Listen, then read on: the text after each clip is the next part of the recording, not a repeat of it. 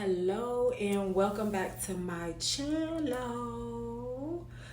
Good morning, good evening, good afternoon. Wait, I didn't say that right. Good morning, good afternoon, good evening. Okay.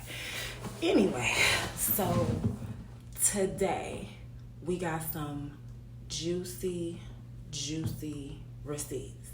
I'm talking about the tea is piping hot. But okay, so boom. So somebody in my comment section, I think on my very first video that I did, said that when I made the Jayz reference, that they hadn't heard anything or didn't know anything about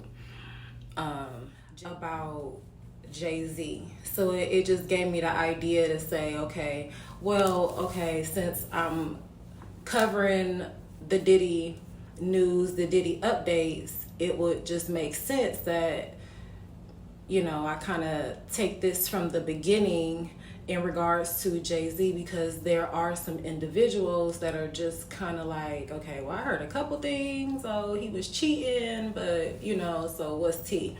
So today is tea.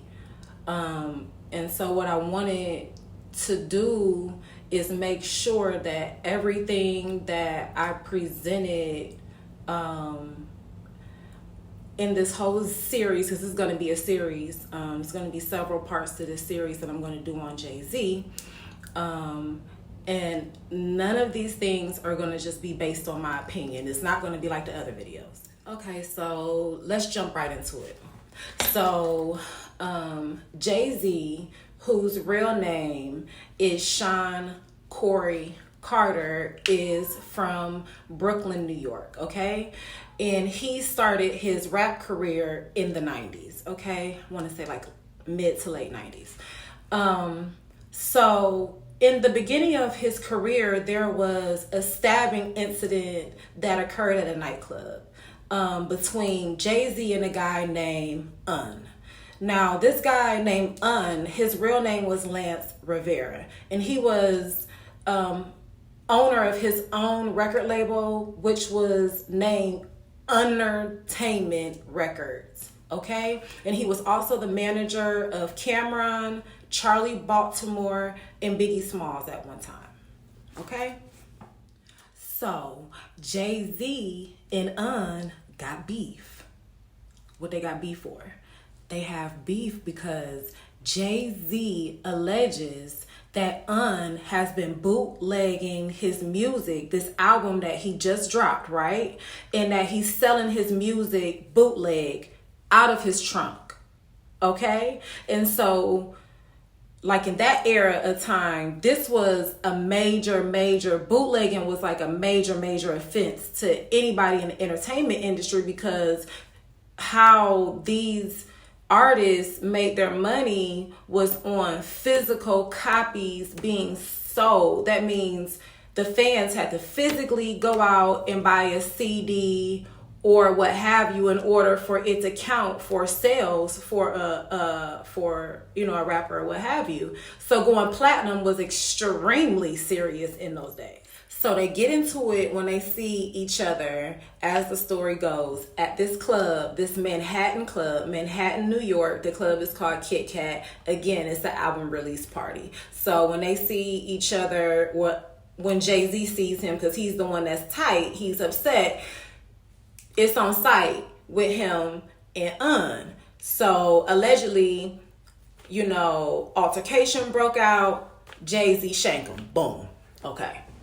But then the story gets a little weird and strange, because you have Jayz going to court pleading guilty to stabbing Lance Rivera, right? But then you have, fast forward past that, Lance doing interviews like not too long ago about the stabbing incident, saying Jayz ain't do it. Wait a minute.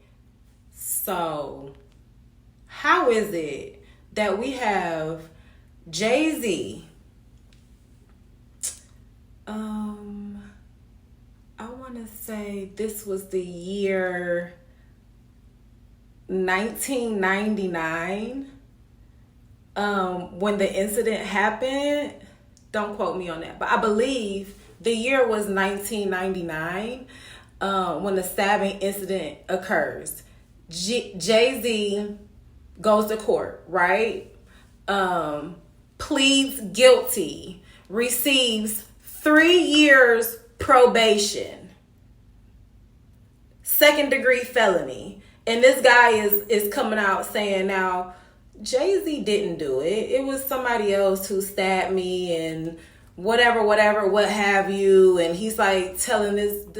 So I know you at this point, you're probably thinking like, girl, okay, so what? Either you heard about it, you didn't. What's the big deal about something that happened like 30 years ago, right? Okay, so the reason why this incident is significant is because Cameron, who was Un's artist, the victim, stabbing victim, said that that was not the reason why Jay-Z stabbed him in the club, and that it was really over a girl. And supposedly, allegedly, this girl that he was upset about was Charlie Baltimore. Okay? So I don't know if you know who Charlie Baltimore is, but she was once the girlfriend of Biggie Smalls. Somebody who Jay-Z was supposed to have a relationship, friendship with, right? Hold on. So, yeah, he broke the bro code. Y'all was homies. You smashed, one of his shorties. Whatever, right? That's not the tea. The tea is that at this time was the beginning of his relationship with Beyonce. Okay? Like, bruh, you upset about a girl that you shouldn't even been messing with in the first place, right? And then secondly, how you worried about what another person is doing, another man is doing, when you yourself is in a relationship, supposed to be in a relationship with somebody else? Beyonce. But when I tell you this rabbit hole goes so deep, so I know you like, girl, how you know he was with Beyonce in 99 and da-da-da-da.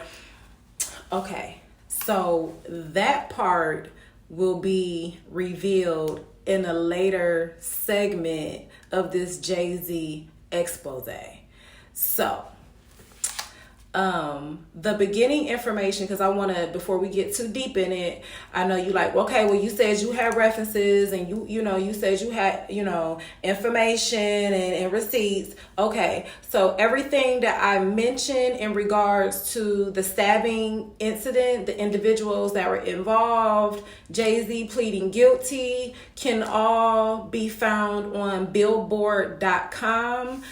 You can Google that information because that is where I receive the information that I am reporting to you. So yes, I'm getting into my journalism bag. So yeah, so yes, this is going to be very interesting because a lot of this information that's going to come out in this Jayz expose, some of it I have heard before, but I just didn't know all the details surrounding it. And then some of it I did not know.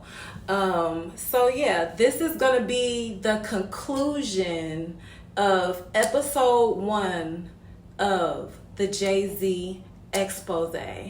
So I would love to know your thoughts and your opinions so far. So please remember to like this video, thumbs up this video, and subscribe and comment below. Peace.